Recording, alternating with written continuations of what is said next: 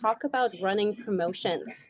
And we want to demystify what promotions are, what a launch is, and we want to really talk about who is it that should be running a launch, and if you choose to be one of these people, then how do you go about it?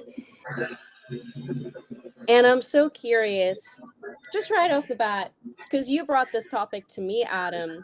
What is it that excites you about promotions? What is it that excites you about organizing, managing, and marketing to email lists? Well, hello to everybody, and hello to Dina. Thank you for everybody who is queuing up at the door to get in. I hope you're as excited as we are.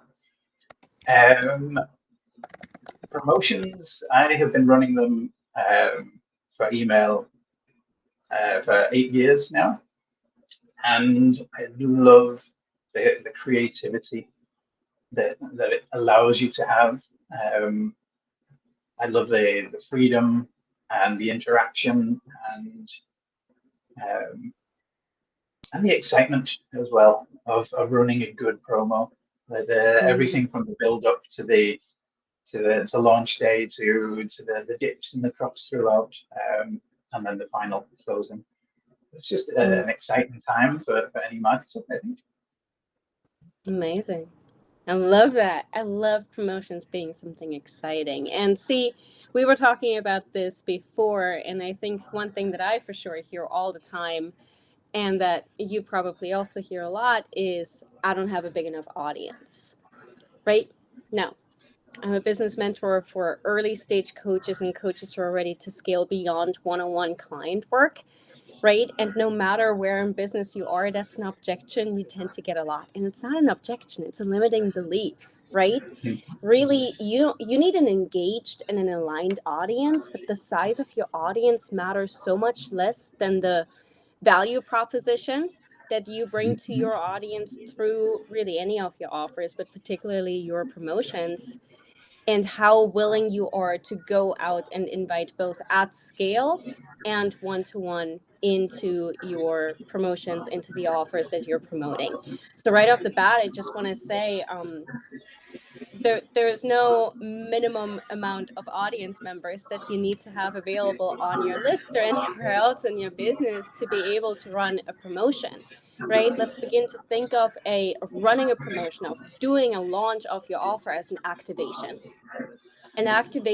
of your audience to not buy because hey there's a discount, but an activation of your audience because the offer is so damn good their excuses just no longer hold up against that value. So today, as we dive in, I absolutely want to hear from everyone who's already on the live: Laura, Julian, Gabby, Lisa, Antonio. What are your questions? Because ultimately we think we're pretty good at what we're talking about and we can talk our heads off. But we're here to serve you. So any questions that you have ahead of time or as we move through, let us know about them in the chat. What are we covering today? We're going to talk about what the heck is a promotion, who should run them. We'll want to give you some examples and, of course, talk about how to run them. And again, I just had a conversation with a new client of mine who has 35,000 followers on Instagram. And I asked her, how much revenue are you making off of that large audience? And she said, zero. So whether you have a small or a large audience does not matter. What always matters is how connected are you to your audience. So, Adam, anything to add to that? With the audience size, part of my business is auditing funnels for anyone, but I have had the pleasure of auditing some creators that I guarantee that you would know who have five-figure audiences. Household names, definitely common names in the inbox. And they are making, as you said, for the 38,000, they're barely covering their email service provider costs. But I've Mm, also worked with somebody, a local business. They have 38 people on their list. and they're making enough money to subsidize their current business. So list Amazing. size Mm. is genuinely not unimportant, but it's much lower down on the scale Yeah, of priority. for sure. For sure. So I want to know, what is a promotion? And how can a promotion help someone monetize a 38-person email list? So and, when I'm working with clients and I use the word promotion, they immediately jump to coupon code. That seems to be the default of, okay, I need to run a promotion, so I need to discount my offer. And I Mm. fundamentally object to that. Um, it makes my skin crawl when I hear it. The idea of devaluing your product and your offer and everything, that isn't essential for a promotion. A promotion is literally just making people aware, I have this product, you need this product, you're an amazing fit, and then getting them excited enough to see the transformation that your product can bring them. So Mm. involved in that, there is no icky coercion, persuasion, um, uh, yeah, no, any of those tricks that may have worked like 10, 15 years ago. For me, fundamentally, sales is about matching. So you have your audience, you have your product. If they're an amazing fit, awesome. Promote the bejesus out of it. If they're not, that's fine. Make them aware of that. I'll give them the permission to walk away because that offer might not be right for them, but the next offer you run, the next promo might be perfect. Um, so yeah, it's making people aware that the of the offer, of the why as well. And I think we're going to get into the why maybe a little bit later. Um, and and yeah, making them aware that even though you're running it, they don't have to buy. You know, they can, and it would be amazing if they did. But if it's not the right time, come back later. Mm. Okay. Okay. So I love how you talk about sales as matchmaking. How cool is that? Right? So I'm curious if you can dive a little deeper into the sense of a promotion is not something that's coercive, that's supposed to create this unethical urgency or is pushy. How do you already mentioned a little bit about, matchmaking, but when you run a promotion, let's say you go ahead and you run a promotion for the next 6 weeks, you're in a promotion, you're promoting this one big product. And during these 6 weeks, people who sign on during these 6 weeks, they get A, B, and C bonuses. And of course, we'll dive into some of the mechanics of these examples. But big picture, how do you make it so that it's not pushy and not salesy, but feels really good, both for you, the business owner, and of course for the recipient? My approach is the promotion starts well before you actually hit go. So a Mm. lot of that trust building, a lot of um, that feel good is created long before in conversations that you're having, in private messages, in um, a lot of the the techniques that I teach with my coaching clients are about optimizing for conversations. And so during those conversations, in the weeks building up, you're asking questions, you're finding the objections, you're picking out every single possible thing that somebody could raise their hand and say, not quite sure about that. And that could Mm. be in your messaging, that could be in the delivery of the item, that could be in the pricing, that could be in just the actual offer. You know, maybe it sucks, and you find out well in advance. But you find out from having these conversations, nurturing your audience, and and then maybe you discover that some of your audience really want 8.1 and others want 8.2, and Mm. then And then when it comes time for promotion, you're not just mass blasting this one thing just because you want to make money that day or that week or that 6 weeks. You are genuinely serving them. You're answering all of their objections, their questions, their doubts over that 6 week period. And then by the end of it, as you said in the intro, they're so excited, and it's just they're completely empty of objections. It is the perfect decision for them to make. Yeah. Yes. So really what we're listening to here is the the preamble to the promotion. That's where you collect all of your data. You understand what is it that your audience wants, though ideally you already know this, and you discover the language that you need to use to truly describe the value proposition, because you as the business owner likely know exactly just how valuable your offer is. You know exactly who needs this offer, who can benefit the most from this offer. But if you're not speaking in your audience's language about the value of your offer, you could be selling anything, right? It has to land, and it has to land in these specific ways, in the language of your client's objections, but also in the language of your client's audiences, of course.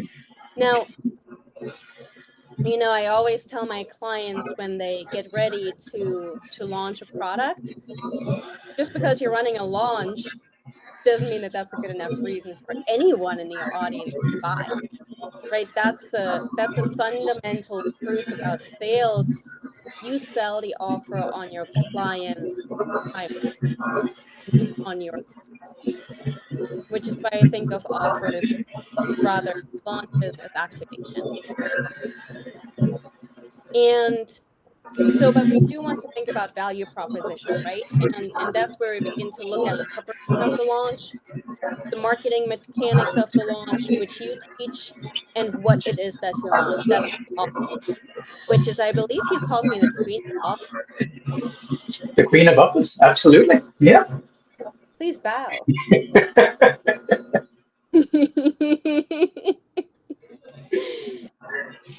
So, when you put a promotion together, of course you want to give your audience a reason to buy now. And the reason, like Adam already said, the reason is never, here's a discount.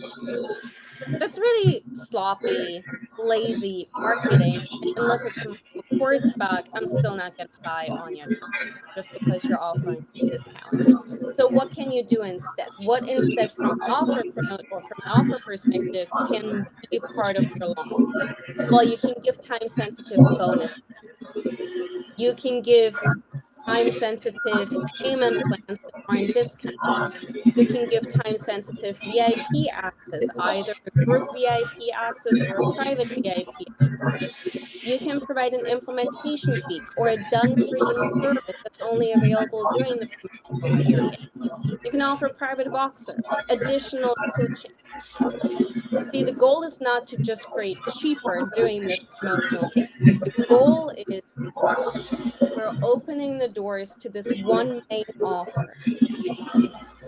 And for the next 6 weeks, we're feeling so generous. When you join us, you're also getting this and this and that. And now the place where this becomes really exciting for you to do is if you can figure out how to build a promotional offer where, of course, you have your core offer and you add some bonuses on top, where you can figure out that how the bonuses don't take away from your. So, for example, you would want to use the extra 101 Voxer support very sparingly. That's maybe available only to the first 5 people who pay in full. But if you have a custom trained GPT bot, that can be a bonus that usually you charge for, but during the promotional period of your main offer, that access becomes complimentary. That doesn't take away from your time at all, but that adds tremendous value to the offer you're promoting already. Right? It becomes too good a deal to, again, still have all of my excuses to not buy. So But I'd love to dive into this a little more. Again, like, why is a discount such a bad idea? And what is it that instead need to be the ingredients of a good promotion from a marketing perspective, Adam? Uh, I have worked with so many brands who dig their heels in and think that coupons are the only way to get people in.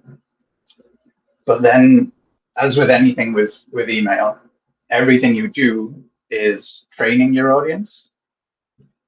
And so if you're constantly showing up, say you run a promo every month and it's always a coupon code, then who is ever going to pay full price? They know that there's going to be another coupon code coming, and Mm, so all of a sudden your offer that was 997 is suddenly 499 for this flash sale that they know is going to come around again and again. So they're never going to pay full price again, and you've lost that trust. You've lost the the all of the hard work that you put in to establish that your course is that valuable. You are now saying, yeah, well, you're a sucker if you paid full price. Just stick around a couple more weeks and you'll get a discount. mm, So that's the same if it's a high ticket, low ticket, regardless. The yeah. devaluing of your product or your service is is detrimental to you and your business, Mm, in my humble opinion. mm, Am I saying that all coupon codes are evil and I never use them myself? Absolutely not. I love right. coupon codes, Mm, but used sparingly, used in context, uh, used as a genuine reward.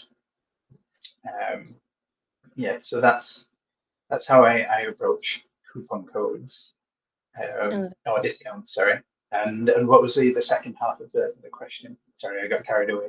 Well, we talked about what not to do, or we'll Mhm. talk about it a little more, but we talked about how, discounts aren't a good ingredient of a successful promotion. We talked Yes. about what to do leading up to the promotion to prepare for it. Now week one of the 6 week imaginary promotion starts. What are the ingredients I need to have in place from a marketing perspective to make this a successful promotion? From an email point of view, segmentation is vital because if you're putting an offer in front of the wrong person at the wrong time, you're doomed to failure. And there will always be people who won't buy, even if it's the perfect time for them and it's the perfect offer. Yeah, some people just won't, and you have to accept that. But you have to give yourself the best fighting chance. So segmentation beforehand, Okay. and that comes from all of the research and prep that you did, and but also during the campaign, you're monitoring who's opening, who's clicking what, and then you're tweaking your segmentation throughout. Uh, from the point of view of the fabulous extras that you said to offer in, the like one-on-one time um, and digital downloads, I see a lot of campaigns where they either drop them all on day one. So Mm, here is the promotion. It's going to last. It will expire in X amount of days, and here is everything that you can get. And that might make sales. That might make a few. The initial people who see it and like, oh, yeah, that's a really good offer. I'm going to buy. But then you've used all of those people up by day one. mm, And the people who weren't going to buy are just not going to buy for the next 20 days. So, even if because you've used up all your leverage, you've used up all of your magic. mm, So there are some of them that you want to drop immediately, and that comes into the strategy of making an amazing promo. because it is like a wave. There are high times and low times during any promo, and you want to monitor that and keep an eye on it. And if it's the right time to drop an email in the sequence, that if you're seeing a bit of a lull, you can drop in a promo because you've still got that leverage, and then you see the spike. And the people who've already bought, they get that. They they get all these bonuses, so they're not missing out for anything.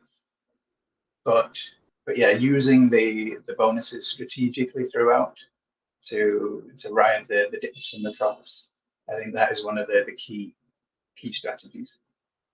Okay, okay. So when you say don't drop all of your bonuses on day one, space them out strategically. What does that look like? Do people who buy on day one get different bonuses than people who buy on day 20? Potentially, Mm, one of the you mentioned a very powerful promo technique is that the first 5 people or 10 people who buy in full will get rewarded, and you do want to reward the people who are red hot and they want to jump in right now. Um, and so yeah, absolutely fine to reward them. And but then the others, the other offers that don't eat into your time and your life, like the one-on-one call with everybody who buys. But like your GPT, for example, if you're seeing a dip on day 3, you can sprinkle in another little incentive around then, and then also on the end, because the most sales from the vast majority of campaigns come either on day 1 or the final day, or even day after. For all the people who message saying, "Oh, I'm sorry, I meant to buy." So on that final day, to drop yeah. uh, another value bomb, I think is a very powerful move as well. Yeah, absolutely. I know we'll dive a little more into do's and don'ts, but what just from a leadership perspective, and thus of course from an action perspective, is a big no, no, no, is to stop promoting when after that initial promotion period the sales slow down. That is so normal, right? Adam just said it. You get your most purchases at the beginning and right at the end or the day after the Mhm. promotion period, right? Now, what is important to get those sales at the end of the period is to keep selling throughout the promotion period, right? People need an opportunity. The latest statistics are people need up to 7 opportunities to say no to the offer.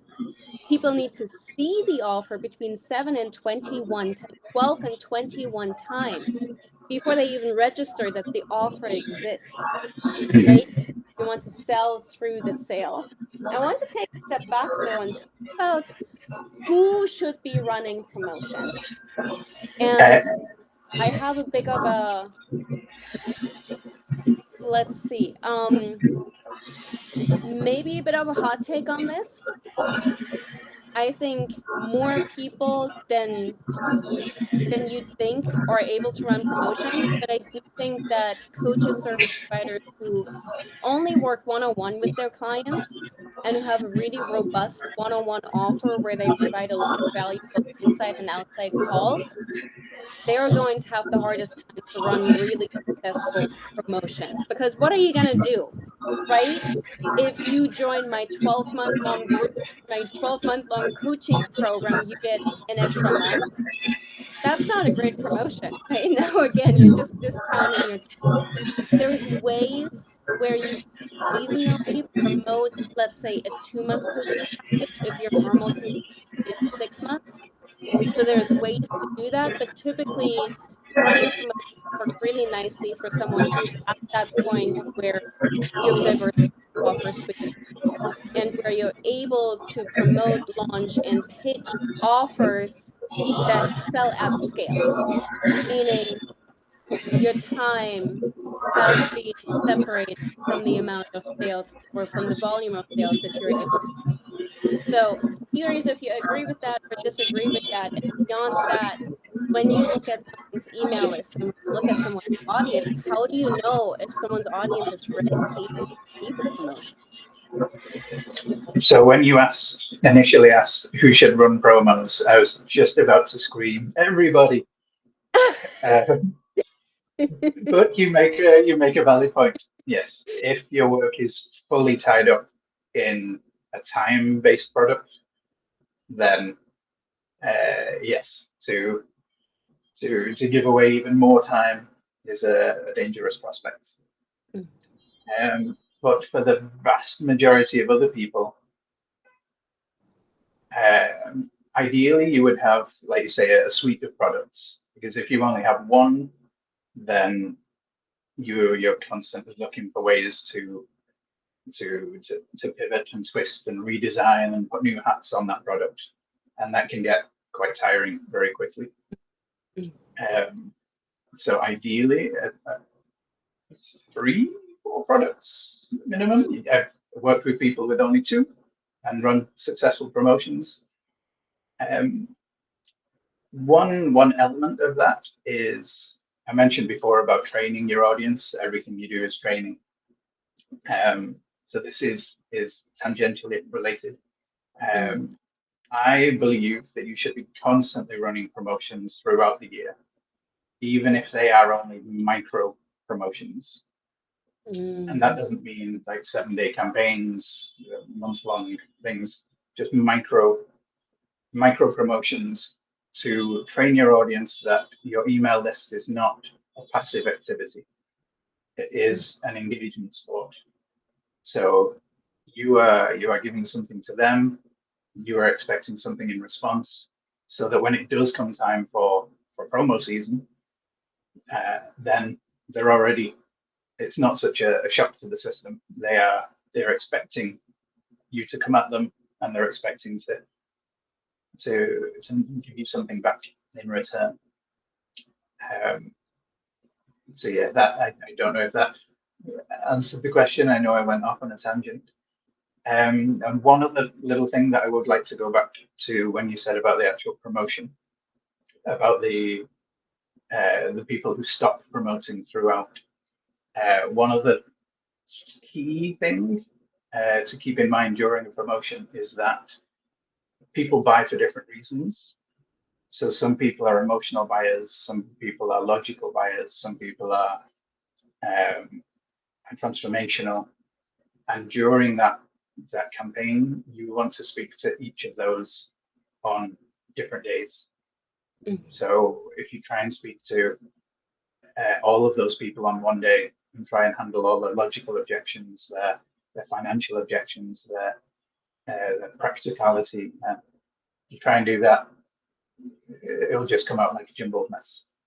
So to spread out those objection handling and speaking to those different buyers throughout the period of the promotion. Yeah. Yeah, absolutely. Absolutely. You have to speak to all of your buyer types and you have to speak to all of your possible objections one at a time. Yes. So I do want to mention, and thank you for everyone who's been joining us for the last few minutes. Hi, Gabby. Hi, Rebecca. I apologize if I mispronounce names. Olamide. Really, really beautiful to have you here in the room with us. We do want to let you know that if you go ahead and subscribe to the both of us, you are going to be in for an absolute treat on Saturday. Exactly. A huge treat. It's not a promotion, it's additional value. Adam and I are behind the scenes working on a really amazing article that takes exactly this topic one level deeper. We'll be looking at what are the true step-by-step mechanics of running a promotion, looking at specifically how can you begin to think of packaging your promotional offers, and we're just really excited for you to have this. But the thing is, you can't have this article unless you subscribe to us. So the solution to that is you can go ahead and subscribe to us, right? You can go ahead and subscribe to Adam to learn forth, like ongoingly learn from him all of the mechanics, the ins and outs, and his proven frameworks and strategies about email list building and about monetizing and selling through your email list in a non-pressure way. And for me, you can learn how to build the ecosystem of an offer of a business where you really have built a business based on the purpose that you have said yes to. I work primarily with early stage coaches and with coaches who are ready to diversify their offer suite from one to multiple offers, right? So we love to serve, we love to provide additional value. Today's just the beginning. We'd love to see you on our lists, in our communities, in our chats, and also see you having this article after today's live. And of course, while you're here, drop your questions in here. We can either answer them today or we'll answer them inside our virtual article that again comes out on Saturday. So what else do we need to talk about in that? We've talked about what are some examples of things you can put inside an offer doing a promotion. What are some of the do's to do ahead of a promotion? And what are some of the big picture things that you can do or that you should be doing in a promotion? I'm curious, what don't you do? What are big no-nos doing a promotion that maybe we all have experienced colleagues in the industry committing, that might even be things that keep us from running a promotion in the first place? See, for me, one of the I had to readjust myself because it makes me uncomfortable just thinking about them. Uh, That's those going to the be a good one. Everyone, listen up to this. countdown timers. I I would throw my computer out of the window the next time I see a countdown timer. If it's relevant and you've given a why, and I'll go into more about the why in a moment, and it fits and it's specific and it's relevant and it's then okay, I may forgive you. But just sticking a countdown timer in your email, and the kind of countdown timer that when you refresh the email and you go back in, oh, there is still 12 hours left. Refresh again. Oh, there's still 12 hours. Just that laziness of just because you're putting a timer on something, they have to perform. Mm. And that I know some very big marketers who do this, and they make sales because their lists are absolutely huge and they're just playing a numbers game. But in terms of an emotional connection and um, just being a nice person with your audience and having their best interest at heart rather than your bank account, don't do it, please. I'm begging you, everyone in this group, please. Mm. Time sensitive offers do exist and they do work, and there are many ways to do them.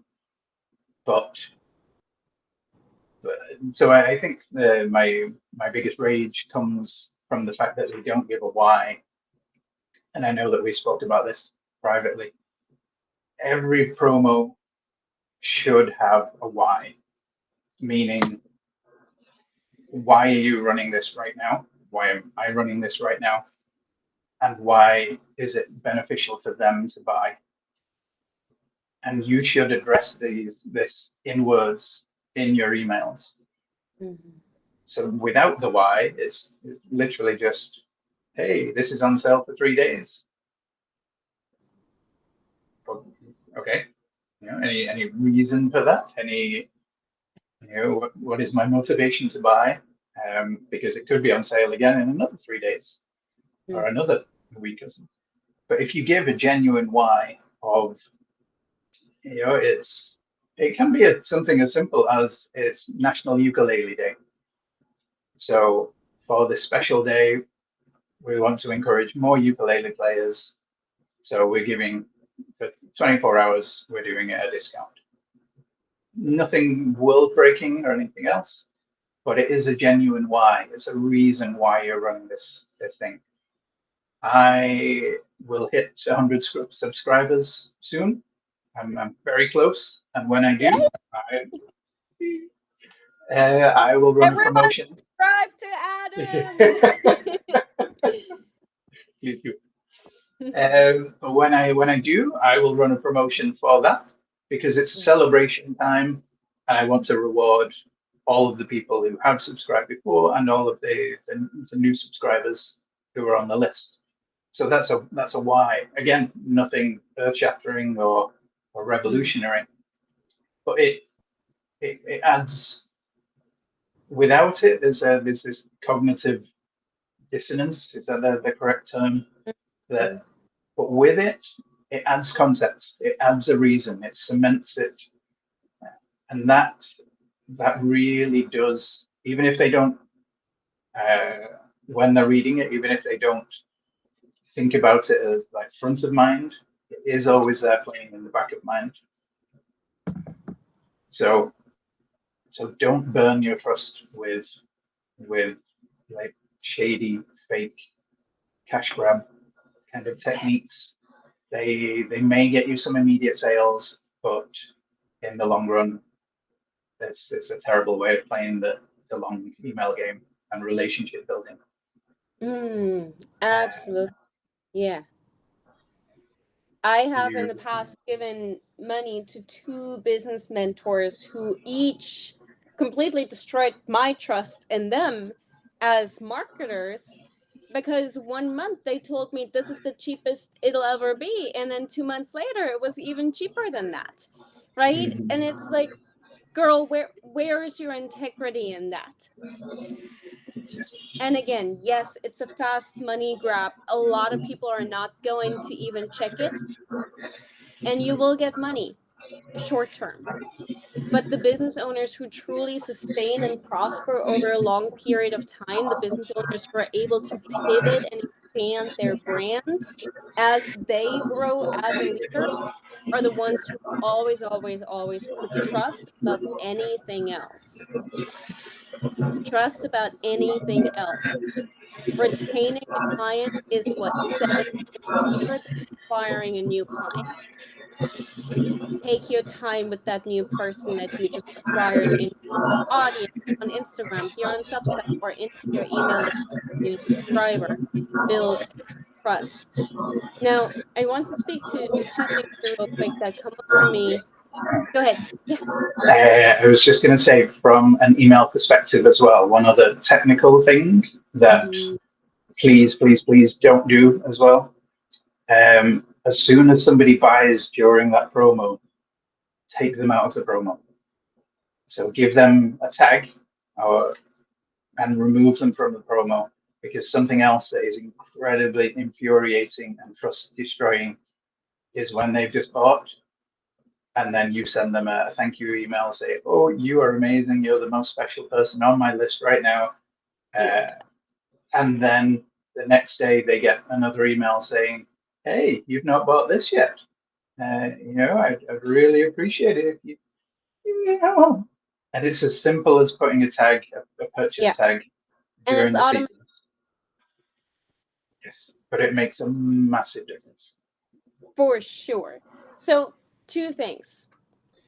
I work with early stage coaches and I work with coaches who are ready to scale. The problems and the mistakes that show up in the smaller version for early stage coaches, they show up again once we're ready to scale our offer suite. And here I want to point out one thing. All of us have gone through this phase as early stage business owners where the instinct was to sell the features. You get X amount of time with me, you get this many hours of Slack support, you get this many hours of pre-recorded courses. And after a while, you realize that's 0.5% of what your customer buys. Your customer buys the transformation. Your customer buys convenience, efficiency, trust, the transformation, the result. Help me solve my pain and help me create the life that I want. If you say it takes 3 hours, I trust you, but I don't care if it takes 3 or 5 hours, right? We've all gone through this phase. The way this shows up here with launches and promotions is what Adam just said, right? No one buys on your timeline. And just because you have this 3-day promotion, I don't care. That's cute for you. Give me better reason than the next 3 days. Is 10% of what you make right now going to be donated to a special foundation? I'm gonna buy. Do I get A, B, and C access that I wouldn't normally get access to? I'm going to buy. But also, don't make the mistake on the flip side of overwhelming your audience or your buyer with like, here's 10 bonuses. Because now I'm checking out. I'm a premium buyer. I'm willing to pay 4 and 5-figure amounts to mentor.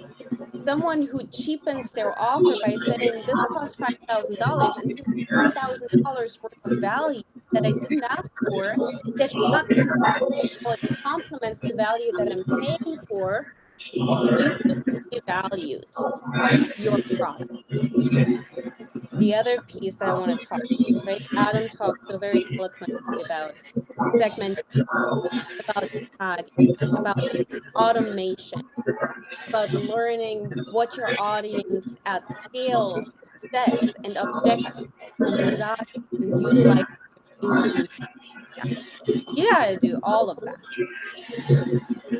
But as we think about launches and promotions as sort of like one of many marketing events, there's one thing that goes to trust, relationship building. Now, if you have followed me for literally 5 seconds, you'll know that I'm really big in sales at scale through relationships. And the way this shows up here in building launch promotions is that even though a promotion, again, traditionally is thought of as this bigger mass during your promotional period, you still want to pick up the proverbial phone and call up the 20 people that you've been building personal relationship with who are in your audience and say, hey, Anna, I don't know if you're on my list. I don't know if you've seen this, but one way or another, I just wanted to put something on your radar in case it's of interest. In the last few months, we've been talking about this one problem solving. And I wanted to let you know that right now we're offering a really amazing invitation into an offer that can help you solve exactly this problem. Let me know if this is a priority for you in the next 3 months. And if so, I'd be so happy to send over additional help. Sending out these individual emails cost you, how long was that? 10 seconds, 20 seconds, 20 seconds, right? 20 seconds times 20 people, that's 10 minutes of work, give or take, right? So as you build out your marketing emails, also build out your list of who are the people in your actual relationship that you're in relationship with that are ready to buy. 2% of our list is always ready to buy, but sometimes, most of the time, in fact, especially in this day and age where we don't know, did AI write this? Is there a human behind it? And a personalized voice memo can go so, like, it can be so much more efficient, right? Yeah. And I will say to this also, I have clients who are running their first launch say to me, well, but Dina, she's on the email list. She's gotten all of the emails. I'm like, she probably got them. Maybe she opened half of them. She maybe read 20% of them. And the chances of her still not knowing about the offer and why she should join the offer are pretty low. Go ahead and send that personal invitation. And again, if you do it from that perspective that Adam shared at the very beginning of our life today, you want to run promotions in a way so that it's an invitation. You can simply say this. Let me know if this is a priority for you. If not, problem at all. But you tweak the invitation and your launches with that built-in one-to-one sales machine plus the one-to-many marketing machine that you're building out. That's when they become exciting. Now you're also getting feedback directly from the people that are buying and not buying, and guess what? That becomes content for tomorrow's post. That becomes an edit for the email that's set to go out 48 hours from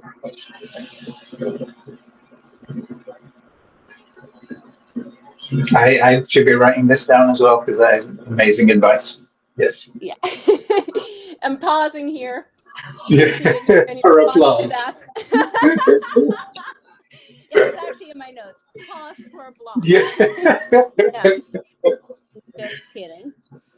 See, I run similar things with marketing in sending handwritten letters, which is Mm, much more time consuming. But if you know that you have an offer coming up and you have the addresses for people, which in this day and age is a little more difficult, but yeah.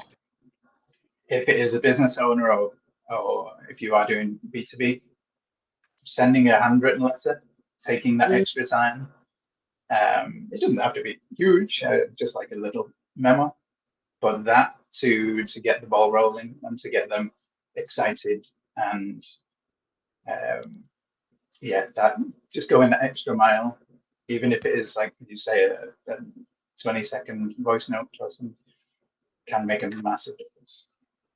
absolutely. I love that, especially for close proximity or premium high ticket Yeah. offers. Why would you consider yourself to be too important, entitled, or prosperous to send that handwritten note, to send that voice memo, right?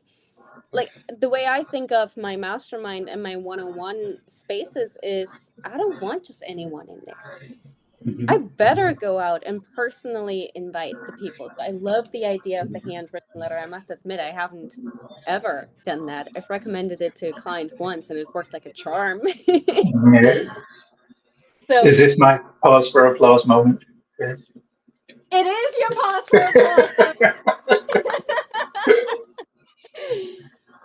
So I have one big question left for you, but before I share that question, I just want to remind everyone who is here again, thank you so much for everyone for gifting us your time, right? Yes. This is a live stream. You probably know, if maybe you didn't know either one of us before this live stream. Maybe you only knew one of us before this live stream. One way or another, you've taken a faith in us and in our supposed expertise in being here today. So thank you so very much for spending an hour with us today and allowing us to share our insights into how we run our businesses and support our clients with you today. We are going to take what we are talking about today 10 levels deeper in our article that comes out on Saturday. We pull the curtain back and take you behind the scenes of the actual mechanics of a successful launch or promotion. And we'd love for you to receive that article. And the great news is this is not even a promotion. This is an invitation. This goes out to all of our free subscribers, but it does go out only to our free subscribers. So if you'd like to go deeper, if you'd like the ability to have a handwritten, a written document that you can hand typed, hand typed. If you'd like the ability to have a hand typed article that really takes you step by step through setting up your next promotion, then we humbly invite you to go ahead and subscribe to one of or both of our publications so that you may get this sent straight to your inbox. Now, drum roll. Adam, things have changed in the industry. We went from what is online marketing to coaches. That's interesting. To now everyone is an online marketer, online service provider, and coach during COVID in 2020. We hit up against a first saturation point, let's say in 2022, 2023. And During that time, a lot of consumers were burned, a lot of promises were made and not kept. And now I think we're seeing something really interesting happening in the industry, that we can't trust that what we see is human generated. A lot of what we see video written is AI generated. And we're dealing with a consumer market in the online space at large where I don't have exact statistics on that, but probably 70 to 80% of consumers have at least once been disappointed by a purchase they've made online. Yes. Is it safe to say that the way we as online marketers and business markets to our audiences has changed? And if so, how? Absolutely. 100% yes. Um, Not all for the good. Very much not all for the good. Um, how has it changed? I've been doing this for 8 years, and as you say, during COVID there was a massive shift, and again there is a massive shift now with the AI slop, for lack of a better term. And I don't think it took very long for people to be able to see through the this new wave of AI generated content, which is generic, faceless, Mm, um, and not just generic, but generic messaging from a generic brand talking to a generic audience. So mm, completely soulless throughout. And I I lost, it was about 2 years ago. I lost a few clients because why would they pay for me and my services when AI could do it all for them? And of the four that I lost, three of them tried to hire me back after because it completely decimated their marketing. They could copy the style or copy elements of what was done before, but the creativity, the warmth, the why, everything, the soul of the messaging was gone um, within a year, within 12 months easily, and I did not work with them again. I held to my principles, um, but yeah, I know of many copywriters who were terrified, and business owners, that this wave of AI would destroy marketing. And in my opinion, it's not.